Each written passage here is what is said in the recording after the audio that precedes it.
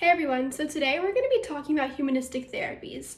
We're first going to start with the humanistic approach and the humanistic perspective, and then go into the types of therapy. So we're going to be talking about insight therapy and then client-based therapy and everything that goes in those. The humanistic perspective places an emphasis on people's inherent capacity for self-fulfillment, while also working to lessen internal conflicts that could potentially obstruct growth and development within that person. So, humanistic therapists aim to provide their patients with new insights in order to accomplish this. It's important to mention that this type of therapy is non-directive, meaning that the therapist is not controlling the conversation, the client is. Humanistic therapists aim to boost people's self-fulfillment by helping them grow in self-awareness and self-acceptance. Humanistic therapy's main goal is to promote growth within the client instead of immediately curing their illness. Humanistic therapists will often express that conscious thoughts are more important than unconscious thoughts. This therapy also heavily relies on the idea that the present and future are more important than the past. So now we're going to talk about client-centered therapy. It's a type of humanistic therapy that was developed by Carl Rogers, a humanist, in which therapists use techniques such as active listening and have an accepting, genuine, and empathetic environment which can facilitate a client's growth.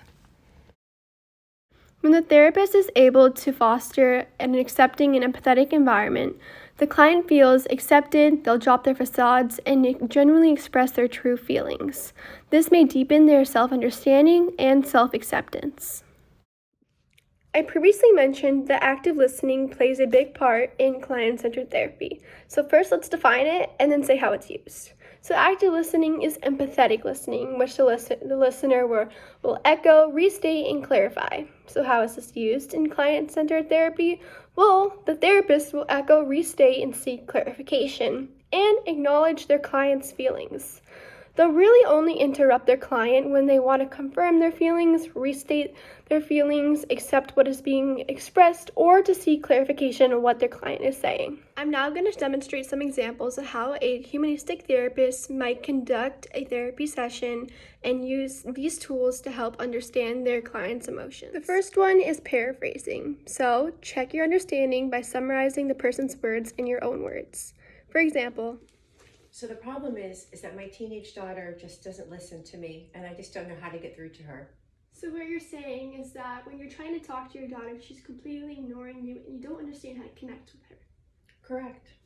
Next up is inviting clarification.